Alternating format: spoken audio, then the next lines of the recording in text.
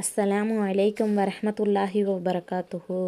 குர்ஆனில் இருக்கக்கூடிய 111வது சூறாவை பொருளுடன் தெரிந்து கொள்ளலாம். சூறாவின் பெயர் சூரத்துல் லஹப். அல் லஹப் அப்படின்னா ஜுவாலை என்று பொருள். பிஸ்மில்லாஹிர் ரஹ்மானிர் ரஹீம். அளவற்ற அருளாளனும் நிகரற்ற அன்புடையோனுமாகிய அல்லாஹுவின் திருப்பெயரால் துவங்குகிறேன்.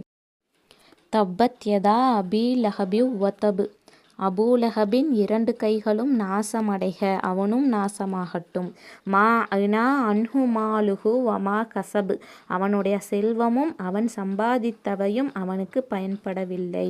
சயசுலா நாரான் தாத்த லஹபின். விரைவில் அவன் கொழுந்து விட்டெரியும் நெருப்பில் புகுவான்.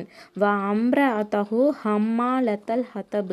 விறகு சுமப்பவளான அவனுடைய மனைவியோ ஃபீஜிதிஹா ஹபுலும் மிம் மசத்.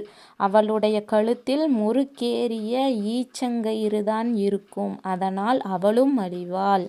இந்த பதிவு போடக்கூடிய பாக்கியத்தை கொடுத்த அல்லாஹுவிற்கே எல்லா புகழும். இந்த பதிவு உங்களுக்கு பயனுள்ளதாக இருக்கும் நம்புகிறேன். அல்ஹம்துலில்லாஹ்.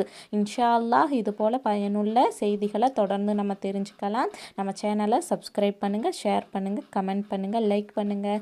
அஸ்ஸலாமு அலைக்கும் வரஹ்மத்துல்லாஹி வபரகாத்துஹு.